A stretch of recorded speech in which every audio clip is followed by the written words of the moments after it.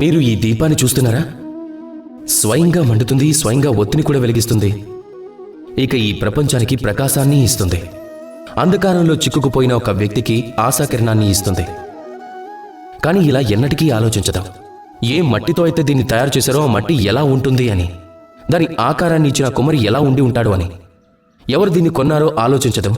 ఆ ఇల్లు ఎలా ఉంటుందో, మూలలు ఎలా ఉంటాయో ఏది ఆలోచించదు. కేవలం ఈ ప్రపంచానికి ప్రకాశాన్ని ఇస్తుంది. చెప్పాలంటే అందుకోసమే ఈ దీపానికి ఇంత ప్రత్యేకతని ఇస్తారు. ఇది తన లేదా ఇంకా వేరే వారి ఇంటిని చూసి మండిపోదు. ఇది మండేది కేవలం అంధకారం నుంచి పోరాడటానికే. కనుక మీరు కూడా మీ పద్ధతిని ఈ దీపంగా మార్చేసుకోండి.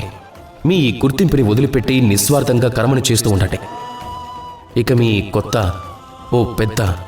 ఓ అద్భుత గుర్తింపుని ఏర్పరచుకోండి. రాధాకృష్ణ.